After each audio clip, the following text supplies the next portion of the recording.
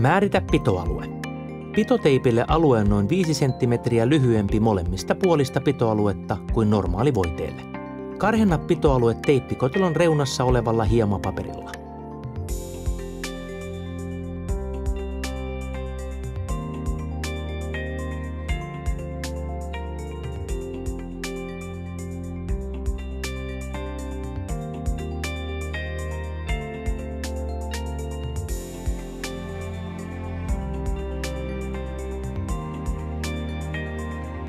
Puhdista karhennettu alue pölystä.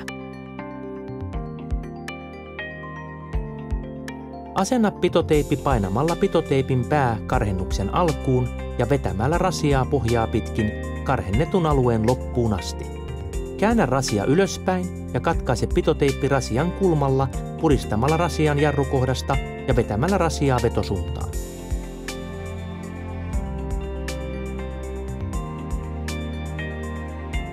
Paina teippi kiinni pohjaan rasian sivukulmalla niin, ettei teipin ja pohjan väliin jää ilmakuplia.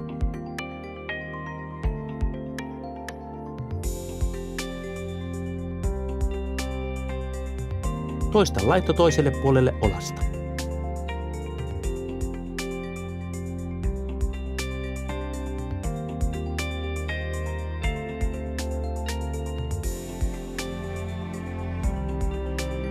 Poista suojapaperit ja tarkasta mahdolliset ilmakuplat.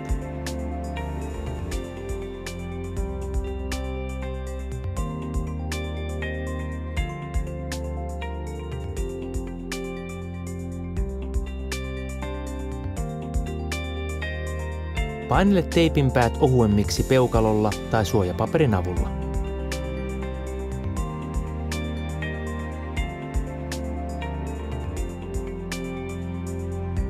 Suihkuta Start Grip Tape Cleaner spraytä pitoteipin päälle ja anna vaikuttaa hetki.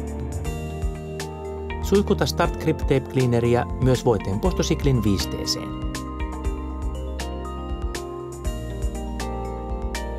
Pidä siklistä tukevasti kiinni ja vedä viisteellä pitoteippi irti pohjasta.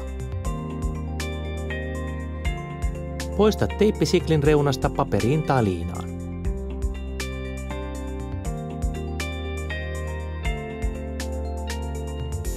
Suihkuta Start Grip Tape Cleaneria pitoalueelle ja poista loput teippijäämät liinalla pyyhkimällä.